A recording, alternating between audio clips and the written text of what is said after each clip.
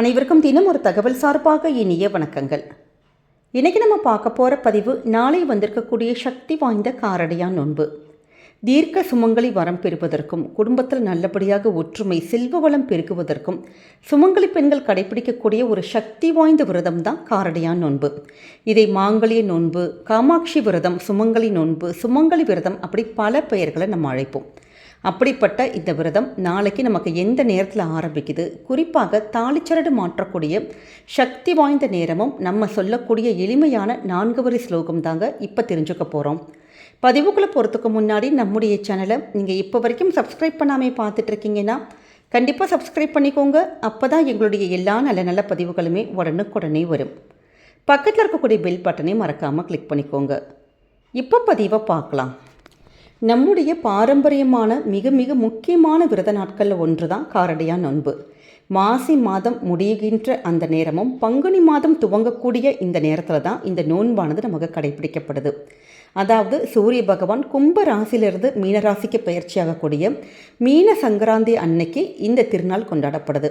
இந்த நாளில் திருமணமான பெண்கள் தங்களுடைய கணவர் நல்ல ஆயுளோடு இருக்கணும் அப்படிங்கிறதுக்காக கழுத்தில் மஞ்சள் சரடு கட்டி கொண்டு நமக்கு விரதங்கள் வச்சு வழிபடுவாங்க. அதே மாதிரி திருமணம் ஆகாத பெண்கள் வீட்டில் நல்லபடியாக கணவர் நமக்கு அமையணும், நல்ல ஒரு மன வாழ்க்கை, பிடித்த மன வாழ்க்கை நமக்கு கிடைக்கணும் அப்படிங்கிறதுக்காக அவங்கவுங்களுடைய கையில் மஞ்சள் கயிறு கட்டி இந்த விரதத்தை ஆரம்பிப்பாங்க.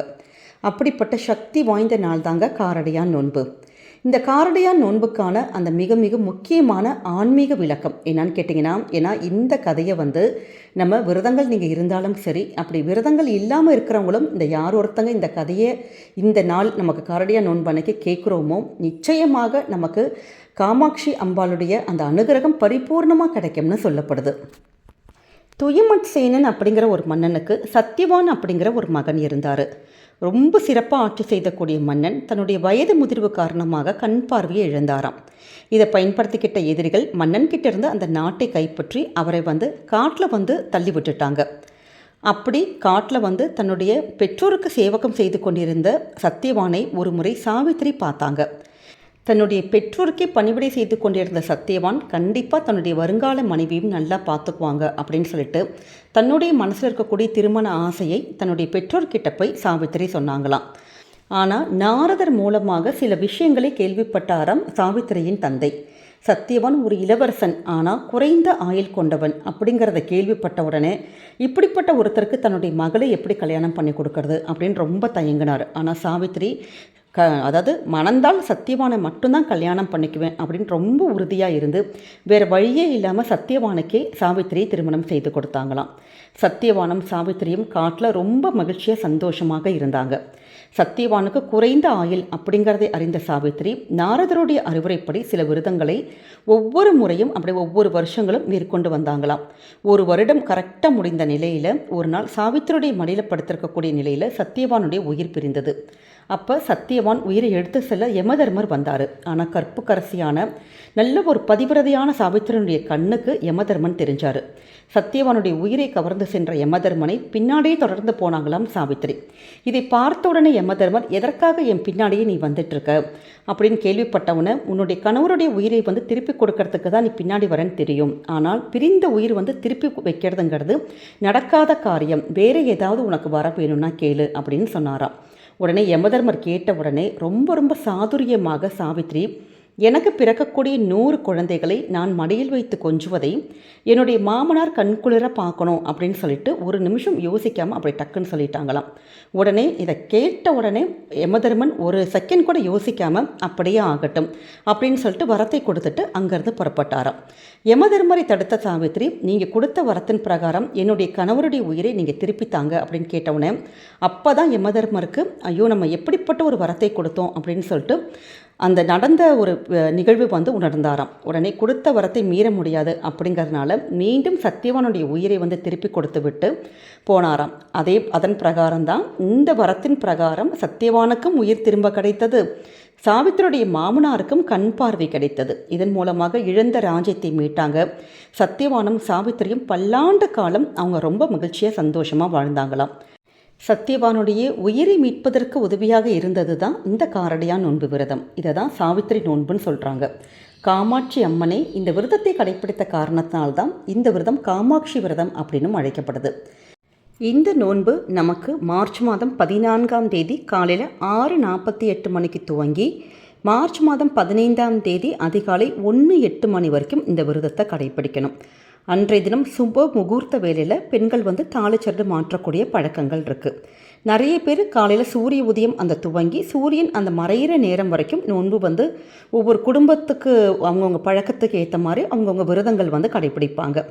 இந்த நாளில் யார் ஒருத்தங்க விரதங்கள் இருந்து நம்ம வழிபடுறோமோ அன்னை காமாட்சியுடைய அருளால் தீர்க்க சுமங்கலி வரம் நமக்கு அந்த விரதங்கள் நமக்கு கிடைக்கிறது மட்டும் இல்லாமல் குடும்பத்தில் நல்லபடியான மகிழ்ச்சி செல்வங்கள் இது எல்லாமே நமக்கு கிடைக்குங்கிறது தாங்க ஐதீகம். இந்த நாளில் நம்ம அதிகாலையில் ஏந்திரிச்சு மஞ்சள் பூசி குளிச்சுட்டு விரதத்தை துவங்கணும். அன்றைய தினம் முழு உபவாசமாக இருந்து இந்த விரதத்தை கடைப்பிடிக்கணும். அப்படி விரதங்கள் இது மாதிரி கடைப்பிடிக்க முடியல அப்படிங்கிறவங்க அன்றைய நாள் புளிப்பு உப்பு சேர்க்காத உணவுகளை சாப்பிட்டு நம்ம விரதங்கள் இருக்கலாம். வீட்டில் காமாட்சி அம்மன் படத்துக்கு முன்னாடி உங்கள் வீட்டில் அந்த தட்டில் பூஜை தட்டில் மஞ்சள் சரடு வச்சுட்டு விளக்கேற்றி வழிபாடுகள் பண்ணி உங்களுடைய பூஜைகள் துவங்கணும். பூஜையுடைய மிக மிக முக்கியமான விசேஷமே நம்ம வைக்கக்கூடிய அந்த நிவேதனம் தாங்க. ஏன்னா சாவித்திரி காட்டில் இருக்கிறப்ப அவங்க கிட்ட இருக்கக்கூடிய அரிசி மாவு, காராமணி, கொஞ்சம் வெல்லம், இனிப்பு அதெல்லாம் சேர்த்துட்டு இனிப்பு அடையும் கார அடையும் வச்சு சுவாமிக்கு நிவேதனமாக படைச்சி தான் இந்த பூஜையை பண்ணாங்களாம். அதே மாதிரி நம்ம வீட்லேயும் இது மாதிரி அரிசி காராமணிலாம் வச்சு இனிப்பு அடையும் கார அடையும் நம்ம வச்சு அதோடு கூட உருகாத வெண்ணெயும் சேர்த்து வச்சு நம்ம அந்த பூஜைகள் பண்ணணும். இப்படி பூஜைகளுக்கு நம்ம சுவாமிக்கு நிவேதனங்கள் பழங்கள் வெத்தலை பாக்கு பழம் தேங்காய் இதெல்லாம் வச்சுட்டு நம்ம அந்த பூஜையில் சொல்லக்கூடிய ஒரு எளிமையான 4 வரி ஸ்லோகம். உருகாத வெண்ணையும் ஓரடையும் நோற்று உனக்கு நான் வைத்தேன், என்னாலும் என் கணவர் என்னை விட்டு நீங்காத அருள் தருவாய் அப்படிங்கிற ஒரு மந்திரத்தை நம்ம சொல்லி இது மாதிரி பூஜைகள் செஞ்சு நம்ம வழிபட்டோன்னா நம்ம வாழ்க்கையில் எல்லா வகையிலும் உயர்வு கிடைக்கும். கணவன் மனைவி உறவுக்குள்ள கூடிய நல்ல ஒரு அந்யோன்யம், கணவர் நல்லபடியான ஒரு ஆயுளோடு தீர்க்க சுமங்கல் யோகம் நமக்கு பெண்களுக்கு நிச்சயமாக கிடைக்குங்கிற ஒரு ஐதீகம் இருக்குது. அதே மாதிரி திருமணமாகாத பெண்களுக்கு நல்லபடியான ஒரு திருமண வாழ்க்கை நிச்சயமாக கிடைக்குங்கிற ஒரு ஐதீகம். அதனால் இந்த பூஜைகள் முடித்ததுக்கு அப்புறமேட்டு கையோட அந்த மஞ்சள் சரடை உங்களுடைய கணவருடைய கையாலே நீங்கள் எடுத்து கட்டிக்கலாம். கணவர் இப்போ வெளியூருக்கு போயிருக்காரு அப்படின்னா குடும்பத்தில் இருக்கக்கூடிய மூத்த சுமங்கலிகள் அம்மா மாமியார் இல்லை வேறு யாராச்சும் உங்கள் வீட்டு அக்கம் பக்கம் இருக்காங்கன்னாங்கன்னா அவங்க கையால் நீங்கள் கட்டிக்கிட்டு அவங்கக்கிட்ட நம்ம ஆசீர்வாதம் வாங்கிக்கலாம். அப்படி நமக்கு இந்த பூஜையின் போது தாலிச்சரடு மாற்றக்கூடிய நேரம் தாங்க ரொம்ப விசேஷமான நேரமாக கருதப்படுது. இப்போ காலையில் இப்போ ஆஃபீஸ் போகிறவங்களா இருக்கீங்கன்னா காலை 7:35 மணிலேருந்து 8:20 மணி வரைக்கும் இந்த பூஜை நீங்கள் பண்ணிவிட்டு தாலிச்சரடு நீங்கள் மாற்றிக்கலாம். இப்போ சாயங்காலம் அப்படின்னா மாலையில் வரக்கூடிய 6 மணிலேருந்து 8 மணி வரைக்கும் இருக்கக்கூடிய நேரம் ரொம்ப ஒரு உகந்த நேரமாக கருதப்படுது. இந்த நேரத்தில் நீங்கள் தாராளமாக செய்யலாம். பெண்களுக்கான மிக மிக முக்கியமான விஷயம், நாளைக்கு இது மாதிரியான பூஜைகள் உங்களால் செய்ய முடிஞ்சாலும் சரி, இல்லை எங்களால் இது மாதிரியான வழிபாடுகள் பண்ண முடியல அப்படின்னாலும் சரிங்க, இந்த ஒரே ஒரு விஷயத்தை மட்டும் நீங்கள் மறக்காமல் பண்ணுங்கள். என்னன்னு கேட்டிங்கன்னா, நாளைக்கு உங்கள் வீட்டு பூஜையிலாக இருக்கட்டும் இல்லை கோவிலாக இருக்கட்டும், நம்ம சுவாமி பாதத்தில் ஒரு 3 பேருக்கோ 5 பேருக்கோ மங்கள பொருட்கள் மட்டும், அதாவது வெத்தலை பாக்கு பழம் இந்த தாலிச்சரடு கண்ணாடி வளையல் அது மாதிரியான சின்னதான மங்கள பொருட்கள் மட்டும் சுவாமி பாதத்தில் வச்சு உங்கள் பூஜையில் வச்சு வழிபட்டு பக்கம் உள்ளவங்களுக்கு ஒரு 3 பேருக்கோ 5 பேருக்கோ உங்கள் கையால் இப்படி மஞ்சள் குங்குமத்தோடு நம்ம வச்சு கொடுக்கறதுங்கிறது ரொம்ப ரொம்ப விசேஷமான ஒரு பலன்கள் நமக்கு கிடைக்கும். இந்த காரடையான் நோன்பு நம்ம விரதம் இருந்து வழிபட்டால் என்னெல்லாம் பலன்கள் கிடைக்குமோ அந்த ஒரு பலனை நம்ம இது மாதிரி செய்யக்கூடிய ஒரு தானம் கண்டிப்பாக நமக்கு கொடுக்கும். இப்போ வீட்டில் இல்லாமல் இப்போ கோவிலுக்கு நீங்கள் போகிறீங்கன்னா கோவிலுக்கு வரக்கூடிய அந்த பக்தர்களுக்கு ஒரு 5 பேருக்கோ 7 பேருக்கோ இல்லை 3 பேருக்காச்சும் இல்லை ஒரே ஒருத்தருக்காச்சும் நீங்கள் இது மாதிரியான மங்கள பொருட்களை நாளைக்கு வச்சு கொடுத்து பாருங்கள். நிச்சயமாக குடும்பத்துக்கு பலவிதமான ஒரு சுபிக்ஷங்கள், கணவருடைய அந்த ஆயுள் ஆரோக்கியம் எல்லாம் நல்லா இருக்கிறது, கணவன் மனைவி உறவு நல்ல அந்யோன்யமாக இருக்கிறது, இப்படி பல வகையில் முன்னேற்றங்கள் தரக்கூடியது தான் இந்த காரடையான் நோன்பு. கண்டிப்பாக நம்ம சொல்லுகின்ற எளிமையான வழிபாடுகளை உங்கள் வீட்டில் நாளைக்கு செஞ்சு பாருங்கள். நிச்சயம் உங்கள் குடும்பத்துக்கு நல்லது மட்டுமே தாங்க நடக்கும். இந்த பதிவானது உங்கள் எல்லாருக்கும் பிடிச்சிருக்கும்னு நினைக்கிறோம். நம்முடைய கமெண்ட் செக்ஷனில் காமாட்சி அம்மனை போற்றி அப்படிங்கிற அற்புதமான மந்திரத்தை பதிவிடுங்க. அம்பாளுடைய அனுகிரகம் உங்களுக்கும் உங்கள் குடும்பத்துக்கும் என்றைக்கும் பரிபூர்ணமாக இருக்கும். இது மாதிரியான நல்ல நல்ல பதிவுகளுக்கு நம்முடைய சேனலை நீங்கள் தொடர்ந்து ஃபாலோ பண்ணிக்கோங்க. மீண்டும் வேறொரு நல்ல பதிவில் உங்களை சந்திக்கிறோம். நன்றி, வணக்கம்.